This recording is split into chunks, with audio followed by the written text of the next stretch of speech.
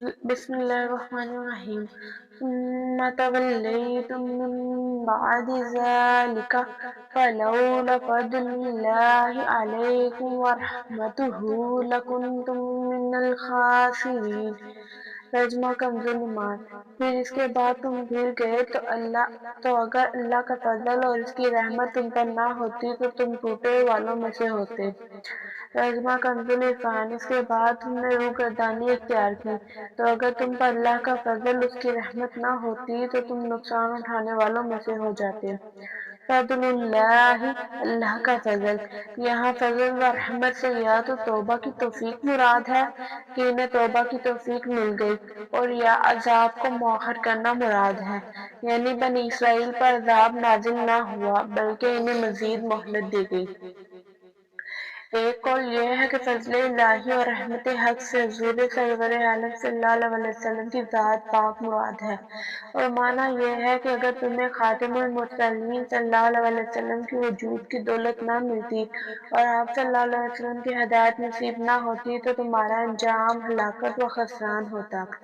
اس سے معلوم ہوا ہے کہ حضور اقدس صلی اللہ علیہ وسلم مخلوق پر اللہ تعالیٰ کا فضل بھی ہے اور رحمت بھی ہے۔ وَلَقَدْ عَلِمْتُمُ الَّذِينَ اعْتَدَوْا مِنْكُمْ فِي السَّبْتِ فَقُلْنَا لَهُمْ كُونُوا قِرَدَةً خَاسِئِينَ۔ ترجمہ کنز ایمان۔ اور بے شک ضرور تمہیں معلوم ہے کہ تم میں کہ وہ جنہوں نے ہفتے میں سرکشی کی تو ہم نے ان سے فرمایا کہ ہو جاؤ بندر دھتکارے ہوئے۔ ترجمہ کنز عرفان۔ اور یقیناً تمہیں معلوم ہے وہ لوگ جنہوں نے تم میں سے ہفتے کے دن میں سرکشی کی تو ہم نے ان سے کہا کہ دھتکارے ہوئے بندر بن جاؤ۔ الذین اعتدوا، جنہوں نے سرکشی کی۔ شہر ایلا میں بنی اسرائیل آباد تھے، انہیں حکم تھا کہ ہفتے کے دن کا عبادت کے لیے خاص کر دے اور اس روز شکار نہ کرے اور دنیاوی مشاغل ترک کر دے۔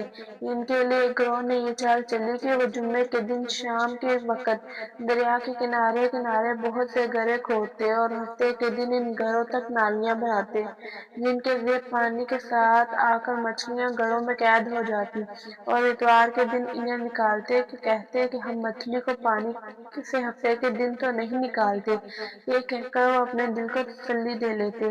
40 یا 70 سال تک ان کا یہی عمل رہا۔ جب حضرت داؤد علیہ السلام کی نبوت کا زمانہ آیا تو آپ علیہ السلام نے انہیں اس سے منع کیا اور فرمایا کہ قید کرنا ہی شکار ہے جو تم ہفتے ہی کو کر رہے ہو۔ جب وہ باز میں آئے تو آپ علیہ السلام نے ان پر لعنت فرمائی۔ اللہ تعالیٰ نے انہیں بندروں کی شکل میں مسخ کر دیا۔ بعض مفسرین نے فرمایا کہ نوجوان بندروں کی شکل میں، بوڑھے خنزیر کی شکل میں مسخ ہو گئے۔ بعض مفسرین نے فرمایا کہ نوجوان بندروں کی شکل میں اور بوڑھے خنزیروں کی شکل میں مسخ ہو گئے۔ ان کی عقل حواس تو باقی رہے مگر قوت گواہی زائل ہو گئی اور بدنوں سے بدبو نکلنے لگی۔ وہ اپنے اس حال پر روتے رہے یہاں تک کہ 3 دن میں سب ہلاک ہو گئے، ان کی نسل باقی نہ رہی اور یہ لوگ 70,000 کے قریب تھے۔ اس واقعے کی مزید تفصیل سورۃ اعراف کی آیت 163 تا 166 میں آئے گی۔ ہیلا کرنے کا حکم۔ یاد رہے کہ حکم شرعی کو باطل کرنے کے لیے ہیلا کرنا حرام ہے، جیسا کہ یہاں مذکور ہوا، اور حکم شرعی کو کسی دوسرے شرعی طریقے سے حاصل کرنے کے لیے ہیلا کرنا جائز ہے، جیسا کہ قرآن پاک میں حضرت ایوب علیہ السلام کا اس طرح کا عمل سورۃ صاد آیت 44 میں مذکور ہے۔ فَجَعَلْنَاهَا نَكَالًا لِمَا بَيْنَ يَدَيْهَا وَمَا خَلْفَهَا وَمَوْعِظَةً لِلْمُتَّقِينَ۔ ترجمہ کنز ایمان۔ تو ہم نے اس بستی کا یہ واقعہ اس کے آگے اور پیچھے والوں کے لیے عبرت کر دیا اور پرہیزگاروں کے لیے نصیحت۔ ترجمہ کنز عرفان۔ تو ہم نے یہ واقعہ اس وقت کے لوگوں اور ان کے بعد والوں کے لیے عبرت اور پرہیزگاروں کے لیے نصیحت بنا دیا۔ نکالً، عبرت۔ اس سے معلوم ہوا قرآن پاک میں عذاب کے واقعات ہماری عبرت و نصیحت کے لیے بیان کیے گئے ہیں، لہذا قرآن پاک کے حقوق میں سے ہے کہ اس طرح کے واقعات و آیات پڑھ کر اپنی اصلاح کی طرف بھی توجہ کی جائے۔ وَإِذْ قَالَ مُوسَىٰ لِقَوْمِهِ إِنَّ اللَّهَ يَأْمُرُكُمْ أَن تَذْبَحُوا بَقَرَةً قالوا أتتخذنا هزوا قال أعوذ بالله أن أكون من الجاهلين قالوا ادع لنا ربك يبين لنا ما هي قال إنه يقول إنها بقرة لا فارض ولا بكر عوان بين ذلك فافعلوا ما تؤمرون قالوا ادع لنا ربك يبين لنا ما لونها قال إنه يقول إنها بقرة صفراء فاقع لونها تسر الناظرين قالوا ادع لنا ربك يبين لنا ما هي إن البقرة تشابه علينا وإن إن شاء الله لمهتدون۔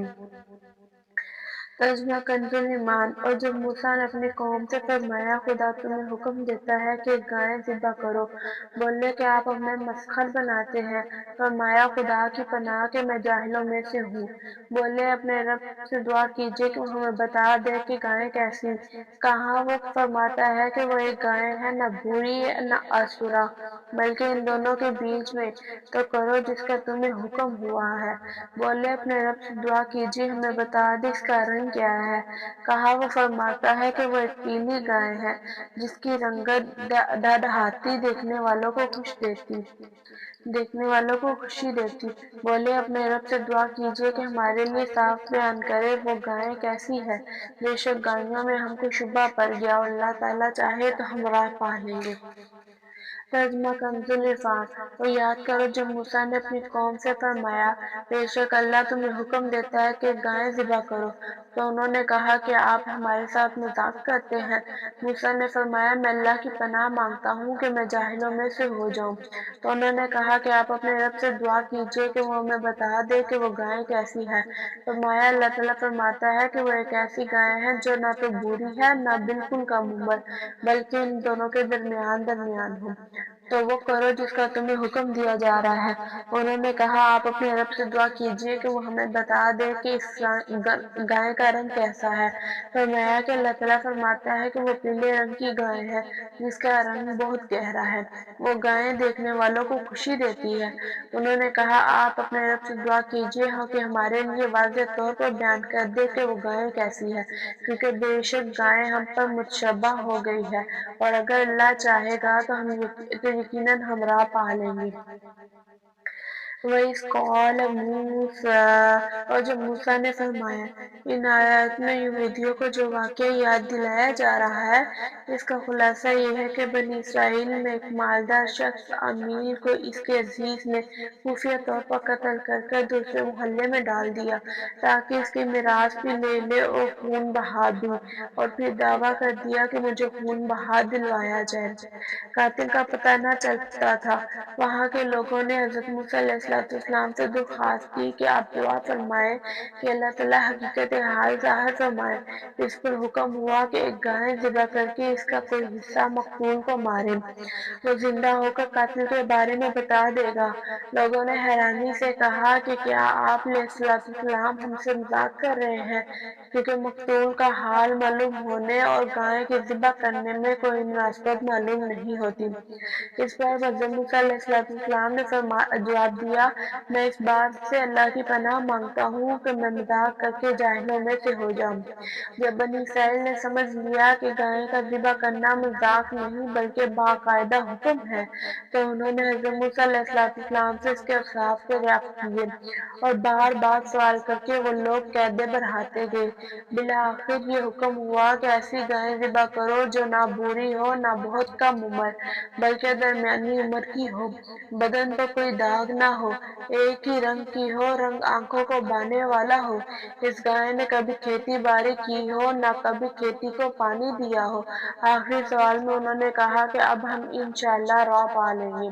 بہرحال جب سب کچھ طے ہو گیا تو ان کی تسلی ہوگی، پھر انہوں نے گائے کی تلاش شروع کر دی۔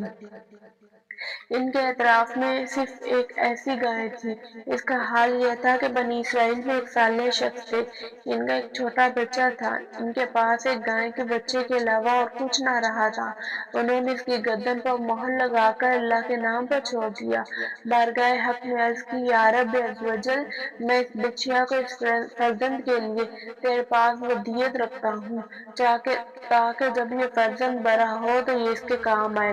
اس نیک شخص کا تو انتقال ہو گیا، لیکن وہ بچیا جنگل میں اللہ کی حفاظت میں پرورش پاتی رہی۔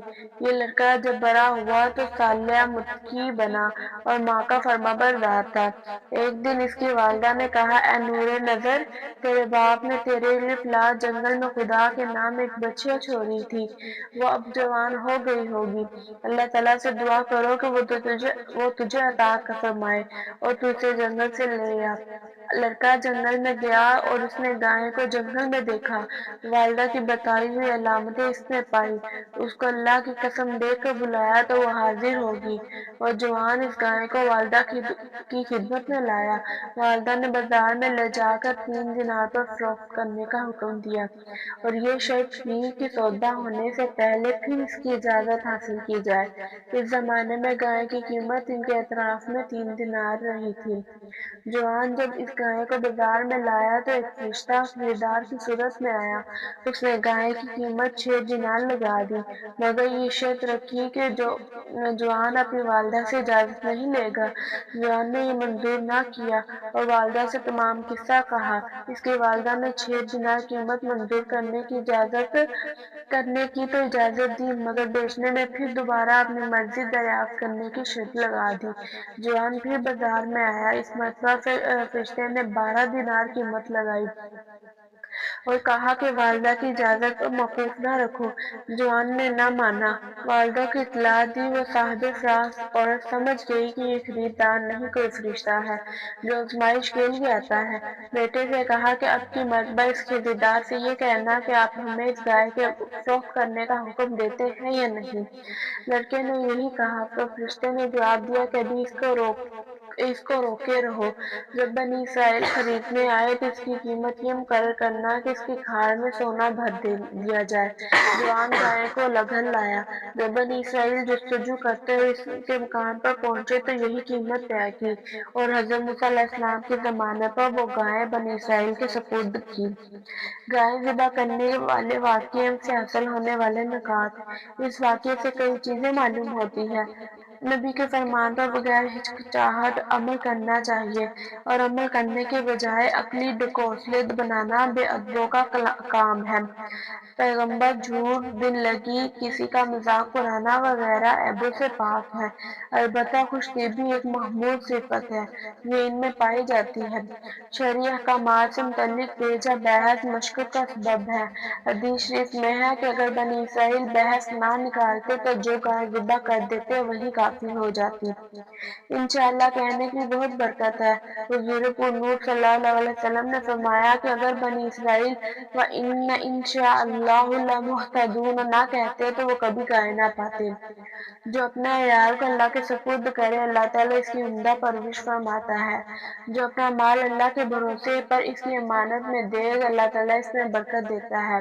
والدین کی فرمانبرداری اللہ تعالیٰ کو پسند ہے۔ ماں باپ کی خدمت و اطاعت کرنے والوں کو دونوں جہانوں میں ملتا ہے۔ قال إنه يقول إنها بقرة لذلول تثير الأرض ولا تسقي الحرث مسلمات لا شيئة فيها قالوا الآن جئت بالحق فذبحوها فما كادوا يفعلون۔ ترجمہ کنز ایمان۔ کہا وہ فرماتا ہے کہ وہ ایک گائے ہے جس سے خدمت نہیں لی جاتی کہ وہ زمین جوتے اور نہ کھیتی کو پانی دے، بے عیب ہے، اس میں کوئی داغ نہیں۔ بولے اب آپ ٹھیک بات لائے تو اسے ذبح کیا اور ذبح کرتے معلوم نہ ہوتے تھے۔ ترجمہ کنز العرفان۔ موسیٰ نے فرمایا اللہ تعالیٰ فرماتا ہے کہ وہ ایک ایسی گائے ہے جس سے یہ خدمت نہیں لی جاتی، وہ زمین میں ہل چلائے اور نہ وہ کھیتی کو پانی دیتی ہے، بالکل بے عیب ہے، اس میں کوئی داغ نہیں۔ یہ سن کر انہوں نے کہا اب آپ بالکل صحیح بات لائے ہیں۔ پھر انہوں نے اس گائے کو ذبح کیا، حالانکہ وہ ذبح کرتے معلوم نہ ہوتے تھے۔ وَمَا كَادُوا يَفْعَلُونَ، وہ ذبح کرتے معلوم نہ ہوتے تھے۔ بنی اسرائیل کے مسلسل سوالات اور اپنی رسوائی کے اندیشے اور گائے کی کرانی قیمت سے یہ ظاہر ہوتا تھا کہ وہ ذبح کرنے کا کسد نہیں رکھتے، مگر جب ان کے سوالات شافی جوابوں سے ختم کر دیے گئے تو انہیں ذبح کرنا ہی پڑا۔ وَإِذْ قَتَلْتُمْ نَفْسًا فَادَّارَأْتُمْ فِيهَا وَاللَّهُ مُخْرِجٌ مَا كُنْتُمْ تَكْتُمُونَ۔ ترجمہ کنز ایمان، اور جب تم نے ایک خون کیا تو ایک دوسرے پہ اس کی تہمت ڈالنے لگے، اللہ کو ظاہر کرنا جو تم چھپاتے تھے۔ ترجمہ کنز عرفان، اور یاد کرو جب تم نے ایک شخص کو قتل کر دیا پھر اس کا الزام کسی دوسرے پر ڈالنے لگے، حالانکہ اللہ تعالیٰ ظاہر کرنے والا تھا اس کو جسے تم چھپا رہے تھے۔ وَإِذْ قَتَلْتُمْ، اور جب تم نے قتل کیا، یہاں اسی پہلے قتل کا بیان ہے جس کا اوپر واقعہ گزرا۔ فَقُلْنَا اضْرِبُوهُ بِبَعْضِهَا كَذَلِكَ يُحْيِي اللَّهُ الْمَوْتَى وَيُرِيكُمْ آيَاتِهِ لَعَلَّكُمْ تَعْقِلُونَ۔ ترجمہ کنز ایمان، تو ہم نے فرمایا اس مقتول کو اس گائے کا ایک ٹکڑا مار، اللہ یوں ہی مردے جلائے گا اور تمہیں اپنی نشانیاں دکھاتا ہے کہ کہیں تمہیں عقل ہو۔ ترجمہ کنز عرفان، تو ہم نے فرمایا کہ اس مقتول کو اس گائے کا ایک ٹکڑا مارو، اسی طرح اللہ مردوں کو زندہ کرے گا اور وہ تمہیں اپنی نشانیاں دکھاتا ہے تاکہ تم سمجھو۔ وَقُلْنَا، تو ہم نے فرمایا بنی اسرائیل نے گائے ذبح کر کے اس کے کسی عضو سے مردے کو مارا، وہ بحکم الہی زندہ ہو گیا، اس کی حلق سے خون کا فوارہ جاری تھا۔ اس نے اپنے چچا بھائی کے بارے میں بتایا کہ اس نے مجھے قتل کیا، اب اس کو بھی قرار کرنا پڑا۔ حضرت موسیٰ علیہ السلام نے اس پر قصاص کا حکم فرمایا۔ اس آیت مبارکہ میں اللہ تعالیٰ نے مردے کو زندہ کرنے کے اس واقعے سے قیامت کے دن اٹھائے جانے پر دلیل قائم کی کہ تم سمجھ لو کہ جسے اللہ تعالیٰ نے اس مردے کو زندہ کیا اسی طرح وہ قیامت کے دن بھی مردوں کو زندہ فرمائے گا، کیونکہ وہ مردوں کو زندہ کرنے پر قادر ہے اور وہ روز جزا مردوں کو زندہ کرنا اور حساب لینا حق ہے۔ ثم قست قلوبكم من بعد ذلك فهي كالحجارة أو أشد قسوة وإن من الحجارة لما يتفجر منه الأنهار وإن منها لما يشقق فيخرج منه الماء وإن منها لما يحبط من خشية الله وما الله بغافل عما تعملون۔ ترجمہ کنز ایمان، پھر اس کے بعد تمہارے دل سخت ہو گئے تو وہ پتھروں کی مثل ہے، حالانکہ اس سے بھی زیادہ گزرے ہیں، بلکہ اس سے بھی زیادہ کرے، اور پتھروں میں تو وہ کچھ ہیں جن سے ندیاں بہہ نکلتی ہیں، اور کچھ وہ ہیں جو پھٹ جاتے ہیں تو ان سے پانی نکلتا ہے، اور کچھ وہ ہے کہ اللہ کے ڈر سے گر پڑتے ہیں۔ اللہ تمہارے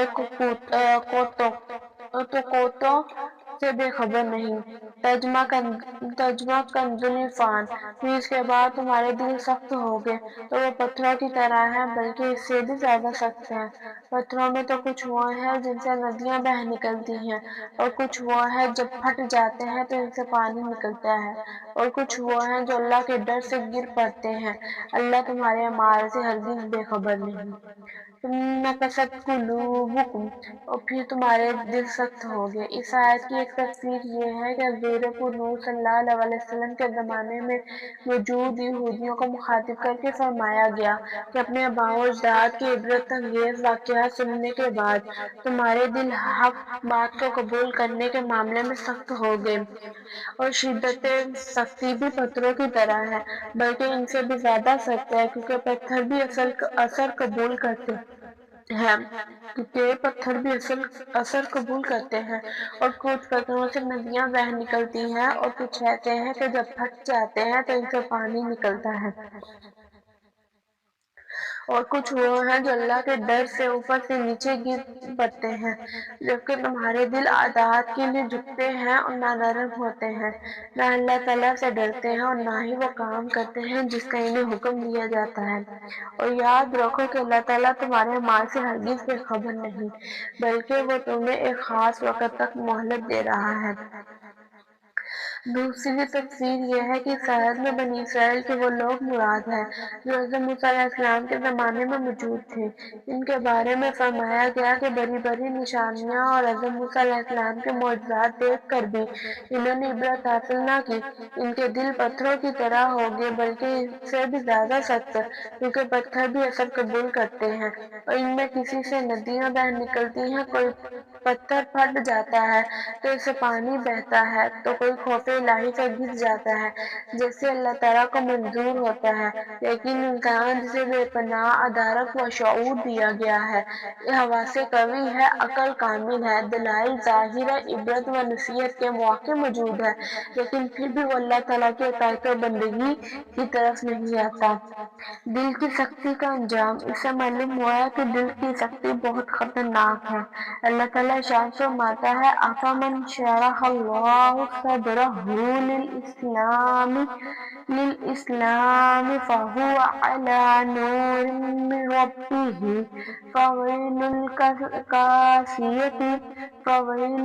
لِّلْقَاسِيَةِ قُلُوبُهُم مِّن ذِكْرِ اللَّهِ أُولَٰئِكَ فِي ضَلَالٍ مُّبِينٍ۔ ترجمہ کنز ایمان۔ تو کیا وہ جس کا سینہ اللہ نے اسلام کے لیے کھول دیا تو وہ اپنے رب کی طرف سے نور پر ہے، اس جیسا ہو جائے گا جو صحیح دل ہے۔ تو خرابی ہے ان کے لیے جن کے دل اللہ تعالیٰ کے ذکر کی طرف سے سخت ہو گئے ہیں، وہ کھلی گمراہی میں ہیں۔ حضرت عبداللہ بن عمر رضی اللہ تعالیٰ عنہ سے روایت ہے، حضور اکرم صلی اللہ علیہ وسلم نے ارشاد فرمایا، اللہ تعالیٰ کے ذکر کے علاوہ زیادہ کلام نہ کیا کرو، کیونکہ اللہ تعالیٰ کے ذکر کے علاوہ کلام کی کثرت دل کو سخت کر دیتی ہے۔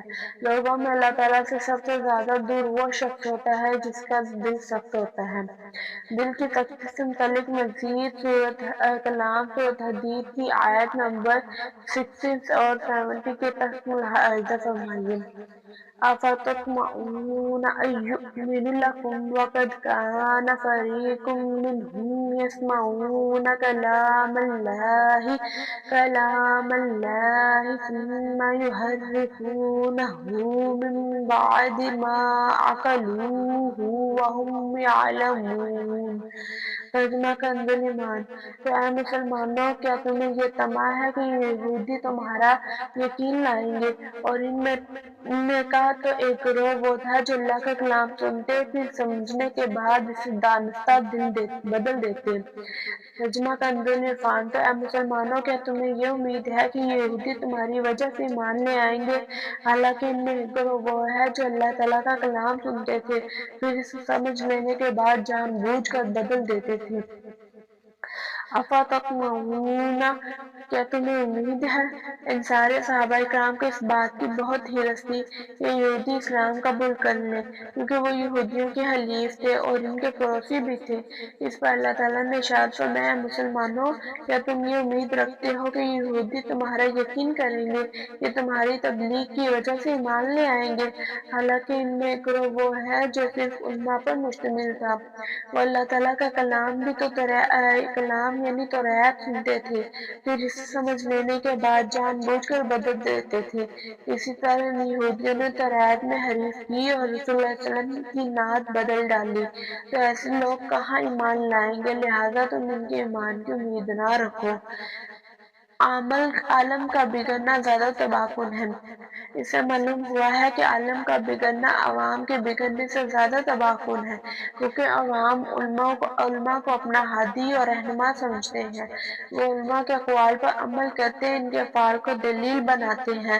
جب علماء ہی کے قائد اعمال میں بگاڑ پیدا ہو جائے تو عوام راہ ہدایت پر کس طرح چل سکتی ہے؟ اور کئی جگہ پر شاید یہ عالم کہلانے والوں کی بدعملی کا نتیجہ ہے۔ کہ آج لوگ دیندار طبقے سے متنفر ہو رہے ہیں اور ان کے خلاف اپنی زبان تان دراز کر رہے ہیں۔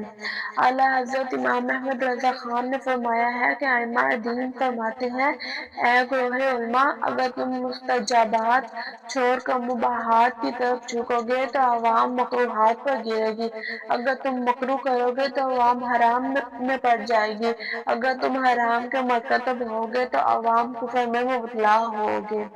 یہ ارشاد نقل کرنے کے بعد فرمایا، بھائیو للہ اپنے اوپر رحم نہ کرو تو امت مصطفیٰ صلی اللہ علیہ وسلم پر رحم کرو، چرواہے کہلاتے ہوئے بھیڑیے نہ بنو۔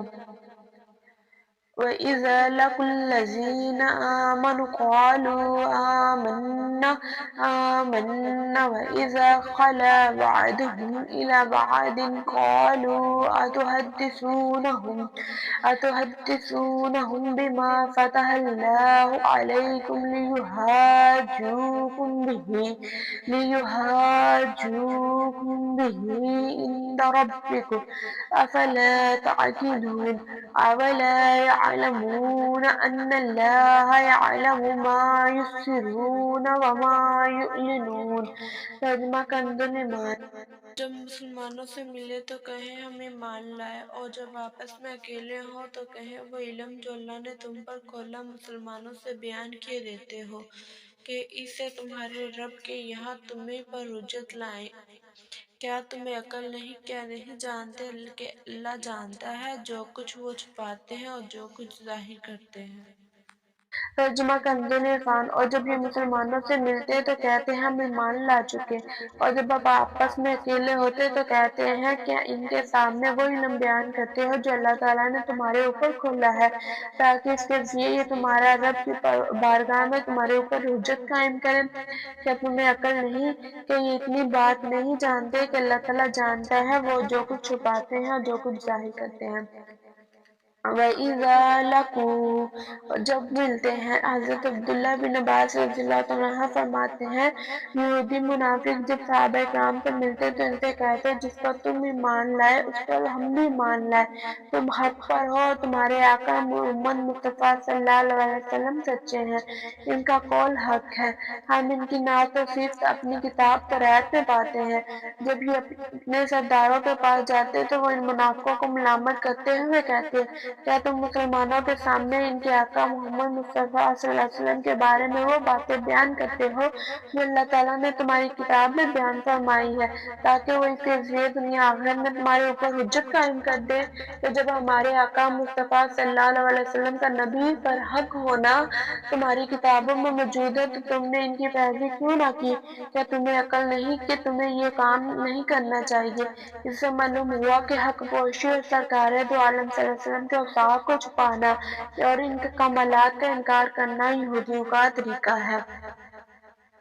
وَمِنْهُمْ أُمِّيُّونَ لَا يَعْلَمُونَ الْكِتَابَ إِلَّا أَمَانِيَّ وَإِنْ هُمْ إِلَّا يَظُنُّونَ۔ ترجمہ کنزُ ایمان۔ اور ان میں کچھ ان پڑھ ہیں جو کتاب کو نہیں جانتے مگر زبانی پڑھ لینا یا کچھ اپنی من گھڑت اور میرے گمان میں ہے۔ ترجمہ کنزُ عرفان۔ اور ان میں کچھ ان پڑھ ہیں جو کتاب کو نہیں جانتے مگر زبانی پڑھ لینا یا کچھ اپنی من گھڑت یا صرف خیال و گمان میں پڑے ہوئے ہیں۔ امیون ان پڑھ، یہاں سے یہودیوں کے دوسرے گروہ کا تذکرہ ہے۔ فرمایا گیا کہ اب یہودیوں کے دوسرے گروہ کی سنیے کہ ان میں کچھ ان پڑھ ہیں جو کتاب یعنی تورات کو خود تو نہیں جانتے بلکہ اپنے مفاد پرست سرداروں کے بیانات پر ہی الٹے سیدھے خیالات و گمان میں پڑے ہوئے ہیں کہ ان کی تو بخشش ہو ہی جائے گی، یہ انہی من گھڑت خیالات میں خوش ہیں۔ فَوَيْلٌ لِّلَّذِينَ يَكْتُبُونَ الْكِتَابَ بِأَيْدِيهِمْ ثُمَّ يَقُولُونَ هَٰذَا مِنْ عِندِ اللَّهِ لِيَشْتَرُوا بِهِ ثَمَنًا قَلِيلًا فَوَيْلٌ لَّهُم مِّمَّا كَتَبَتْ أَيْدِيهِمْ وَوَيْلٌ لَّهُم مِّمَّا يَكْسِبُونَ۔ ترجمہ کنزُل ایمان، تو خرابی ہے ان کے لیے جو کتاب اپنے ہاتھ سے لکھے پھر کہہ دیں یہ خدا کے پاس سے ہے کہ اس کی عوض تھوڑے دام حاصل کرے، تو خرابی ہے ان کے لیے ان کے ہاتھوں کے لکھے سے اور خرابی ان کے لیے اس کمائی سے۔ ترجمہ کنزُل عرفان، تو بربادی ہے ان لوگوں کے لیے جو اپنے ہاتھوں سے کتاب لکھتے ہیں پھر کہتے ہیں یہ خدا کی طرف سے ہے کہ اس کے بدلے میں تھوڑی سی قیمت حاصل کر لیں، تو ان لوگوں کے لیے ان کے ہاتھوں کے لکھے ہوئے کی وجہ سے ہلاکت ہے اور ان کے لیے ان کی کمائی کی وجہ سے تباہی و بربادی ہے۔ فَوَيْلٌ، تو بربادی ہے جب سرکار دو جہاں صلی اللہ علیہ وسلم مدینہ طیبہ تشریف فرما ہوئے تو علماء توریت اور سرداران یہود کو بھی اندیشہ ہو گیا کہ ان کی روزی جاتی رہے گی اور سرداری مٹ جائے گی، کیونکہ توریت میں حضور پر نور صلی اللہ علیہ وسلم کا حلیہ اور اوصاف مذکور ہیں۔ جب لوگ حضور صلی اللہ علیہ وسلم کو اس کے مطابق پائیں گے تو فوراً ایمان لے آئیں گے اور اپنے علماء اور سرداروں کو چھوڑ دیں گے۔ اس اندیشے سے انہوں نے توریت میں تحریف و تغییر کر ڈالی اور حلیہ شریف بدل دیا۔ مثلاً توریت میں آپ صلی اللہ علیہ وسلم کے اوصاف یہ لکھے تھے کہ آپ صلی اللہ علیہ وسلم خوبصورت ہیں، بال خوبصورت، آنگیں سرمگی، قد درمیانہ ہے۔ اس کو مٹا کر انہوں نے یہ بتایا کہ وہ بہت دراز قد ہیں، آنکھیں کنجی لیلی، بال الجھے ہوئے ہیں۔ یہی عوام کو سناتے، یہی کتاب الہی کا مضمون بتاتے اور سمجھتے کہ لوگ حضور اکرم صلی اللہ علیہ وسلم کو اس کے خلاف پائیں گے تو آپ صلی اللہ علیہ وسلم پر ایمان نہ لائیں گے بلکہ ہمارے گرویدہ رہیں گے اور ہماری کمائی میں فرق نہ آئے گا۔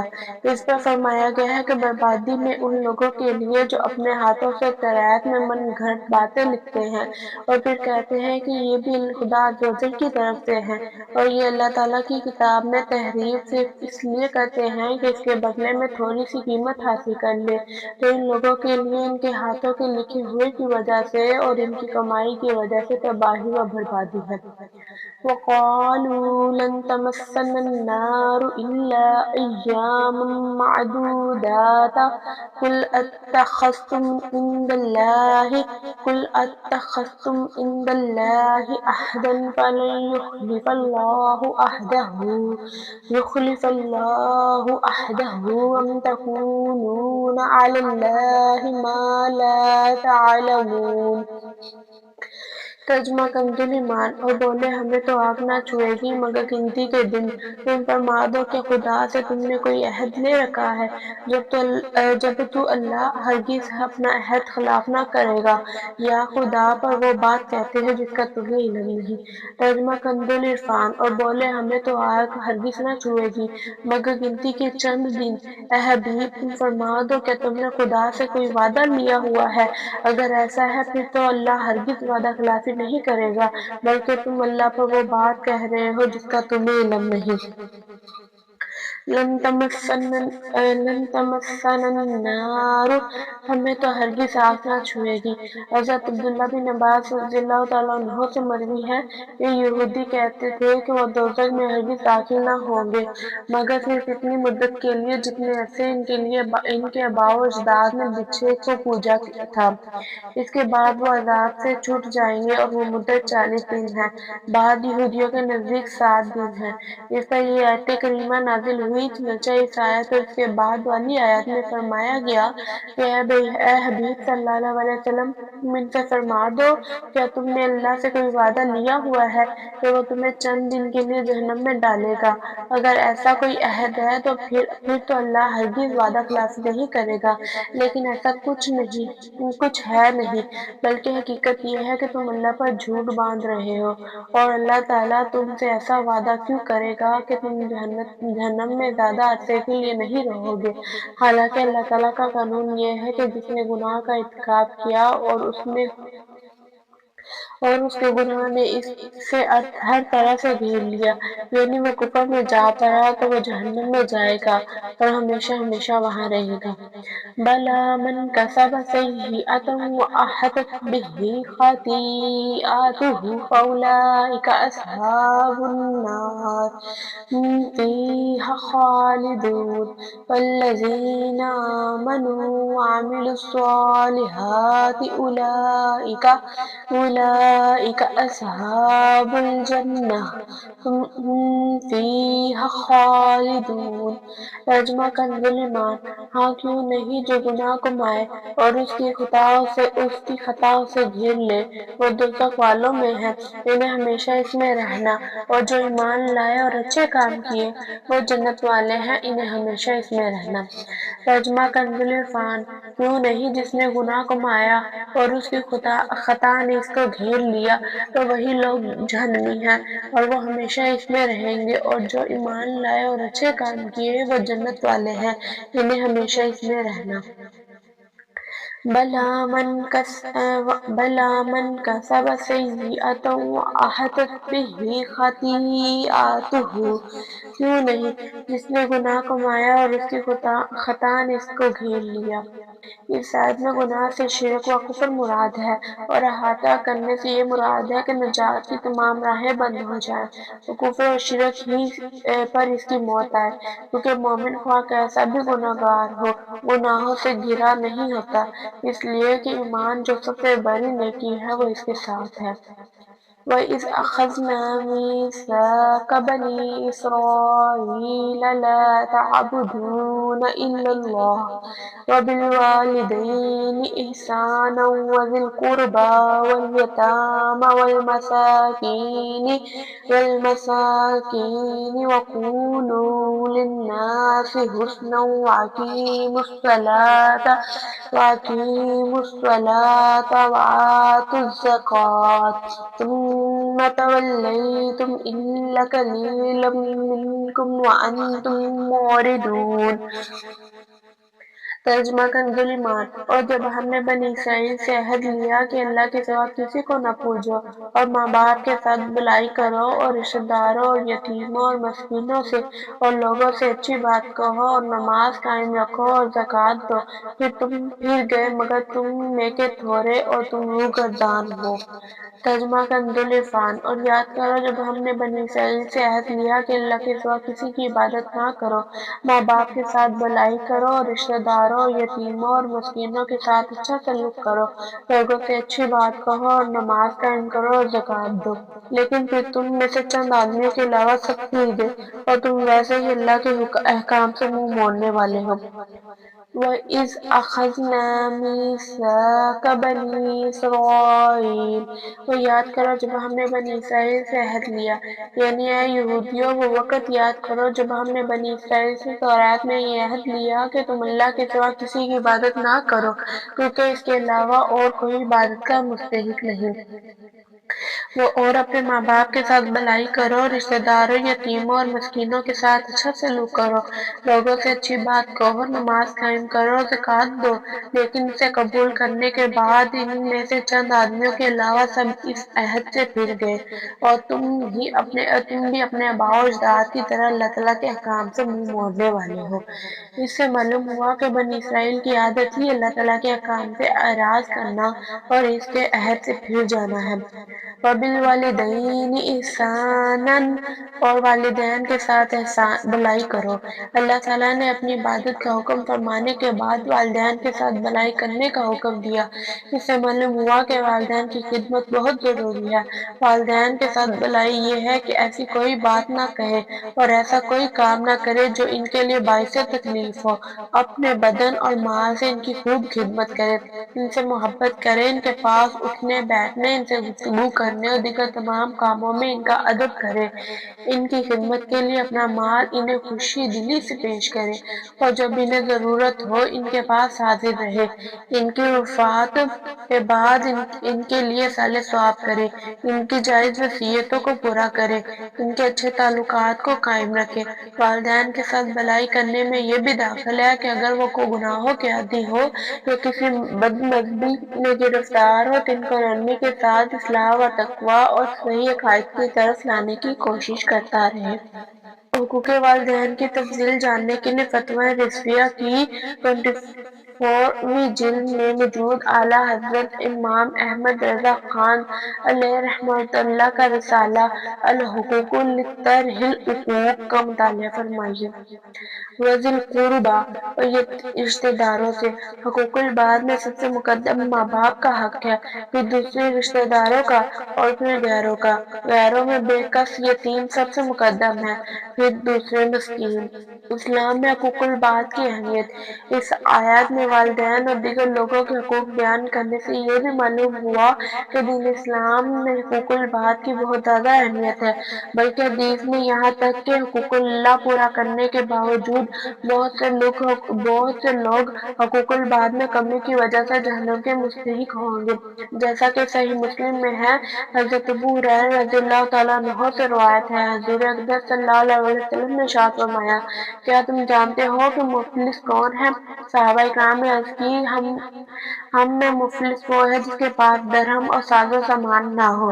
آپ صلی اللہ علیہ وسلم نے ارشاد فرمایا، میری امت میں مفلس وہ ہے جو قیامت کے دن نماز، روزے، زکوٰۃ وغیرہ اعمال لے کر آئے اور اس کا حال یہ ہو کہ اس نے دنیا میں کسی کو گالی دی تھی، کسی پر تہمت لگائی تھی، کسی کا مال کھایا تھا، کسی کا خون بہایا تھا اور کسی کو مارا تھا، تو ان میں سے ہر ایک کو اس کی نیکیاں دے دی جائیں گی اور ان کے حقوق پورے ہونے سے پہلے اگر اس کی نیکیاں اس کے پاس سے ختم ہو گئی تو ان کے گناہ اس پر ڈال دیے جائیں گے اور پھر اسے جہنم میں ڈال دیا جائے گا۔ وَقُولُوا لِلنَّاسِ حُسْنًا اور لوگوں سے اچھی بات کہو۔ اچھی بات سے مراد نیکی کی دعوت، برائیوں سے روکنا ہے۔ نیکی کی دعوت میں اس کے تمام طریقے داخل ہیں، جیسے بیان کرنا، درس دینا، وعظ و نصیحت کرنا وغیرہ۔ نیز اچھی بات کہنے میں اللہ تعالیٰ کی عظمت، حضور پر نور صلی اللہ علیہ وسلم کی شان، اولیاء کرام کے مرتبے مقام کا بیان اور نیکیوں اور برائیوں کے متعلق سمجھانا سب شامل ہے۔ إِلَّا قَلِيلًا مِّنكُم مگر تم میں سے تھوڑے۔ بنی اسرائیل کی اکثریت اللہ تعالیٰ سے عہد و پیمان کرنے کے بعد اپنے عہد سے پھر گئی اور گناہوں کے رستے پر چل پڑی۔ البتہ کچھ لوگ صحیح رستے پر ثابت قدم رہے اور اسی گروہ والے ہمارے رسول صلی اللہ علیہ وسلم کا زمانہ پا کر ایمان لے آئے۔ بنی اسرائیل کی بد عہدی کو سامنے رکھ کر مسلمان بھی اپنی حالت پر غور کریں۔ اس آیت میں بنی اسرائیل کی جو حالت بیان کی گئی ہے، افسوس کہ فی الزمانہ مسلمانوں کی حالت بھی اس سے کچھ مختلف نہیں۔ کاش کہ ہم بھی غور کریں کہ مسلمان ہونے کی حیثیت سے کلمہ پڑھ کر ہم نے روزہ، نماز، زکوٰۃ، حج، اطاعت الہی، اطاعت رسول صلی اللہ علیہ وسلم، حقوق اللہ، حقوق العباد کی ادائیگی کی پابندی کا جو عہد اللہ تعالیٰ کے ساتھ کیا ہوا ہے، کیا ہم بھی اسے پورا کرتے ہیں یا نہیں؟ وَإِذْ أَخَذْنَا مِيثَاقَكُمْ لَا تَسْفِكُونَ دِمَاءَكُمْ وَلَا تُخْرِجُونَ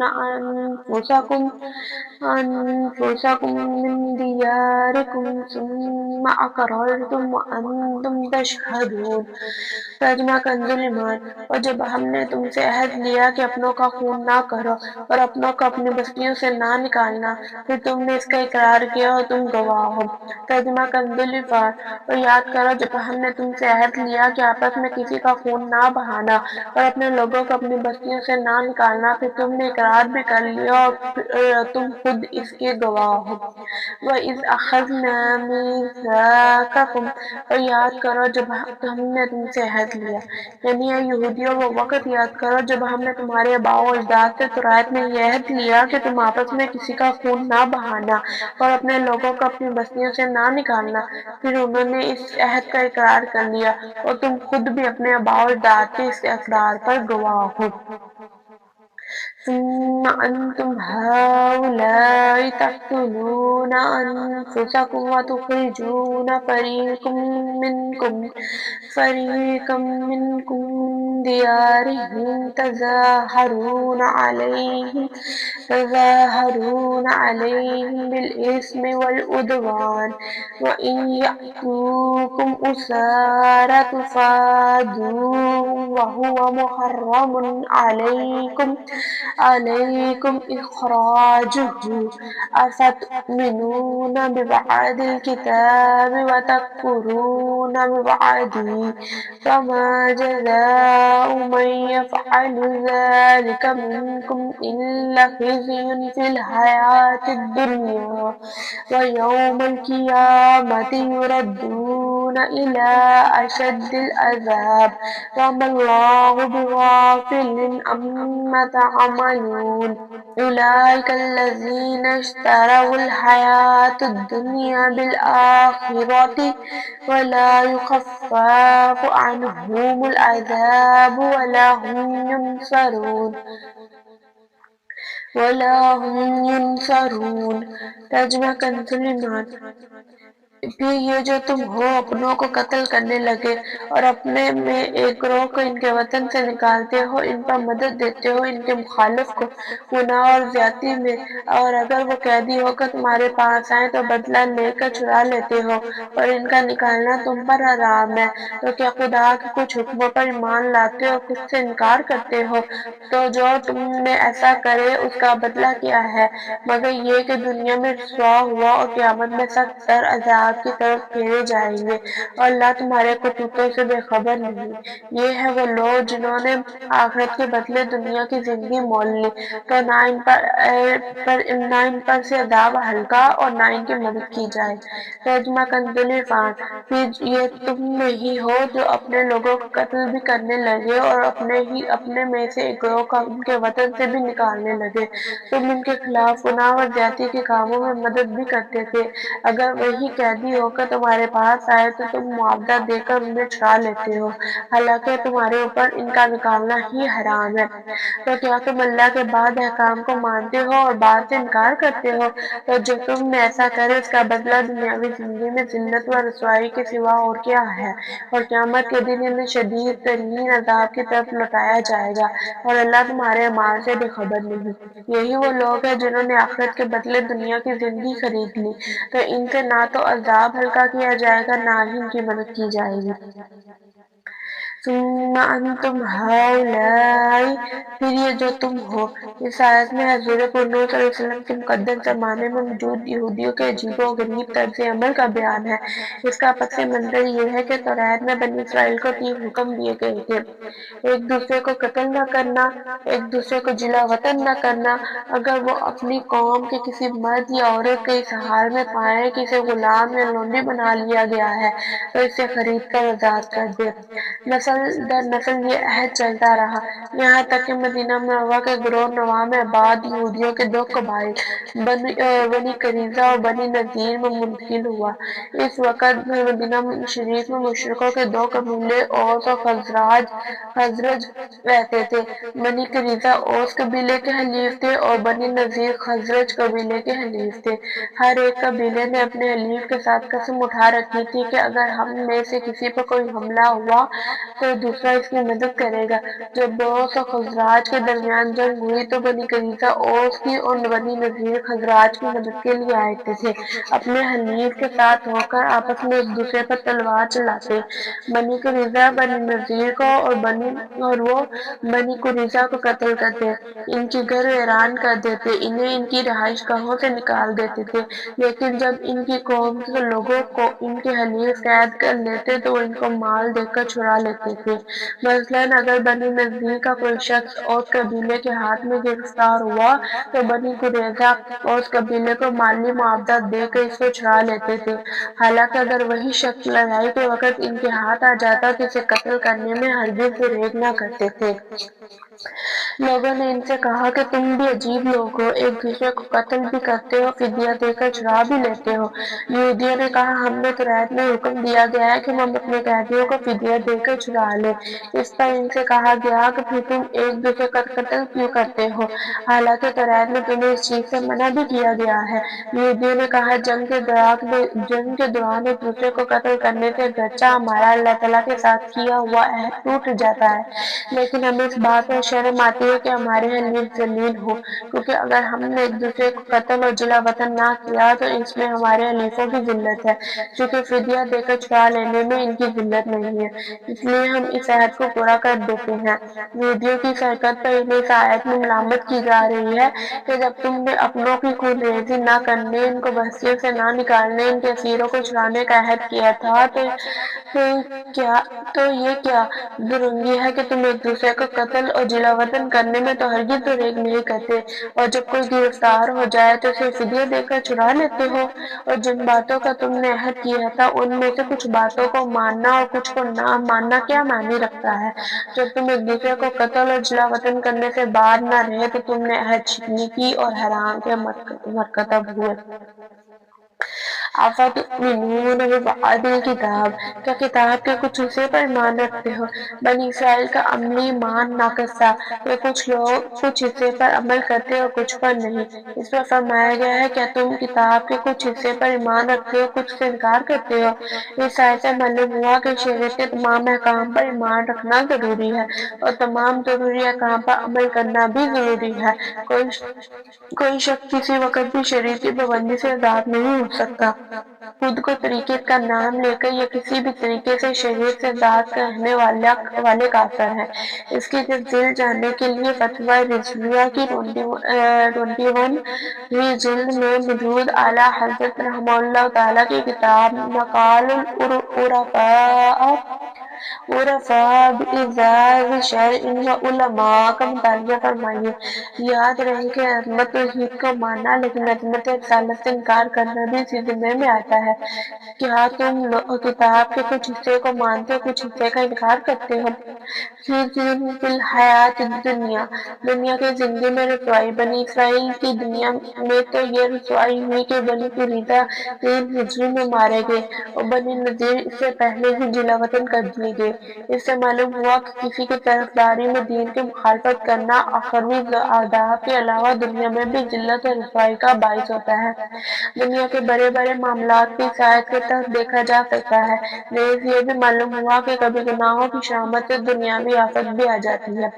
وَمَا اللَّهُ بِغَافِلٍ، اور اللہ غافل نہیں۔ اس طرح کی آیت جن میں یہ مفہوم ہوا کہ اللہ تعالیٰ تمہارے اعمال سے غافل نہیں، ان میں نافرمانیوں کے لیے شدید وعید ہوتی ہے۔ اللہ تعالیٰ تمہارے افعال سے بے خبر نہیں، تمہاری نافرمانیوں پر شدید عذاب دے گا۔ یوں ہی ایسی آیات میں مومنین و صالحین کے لیے خوشخبری ہوتی ہے کہ انہیں اعمال اصلاح کی بہترین جزا ملے گی۔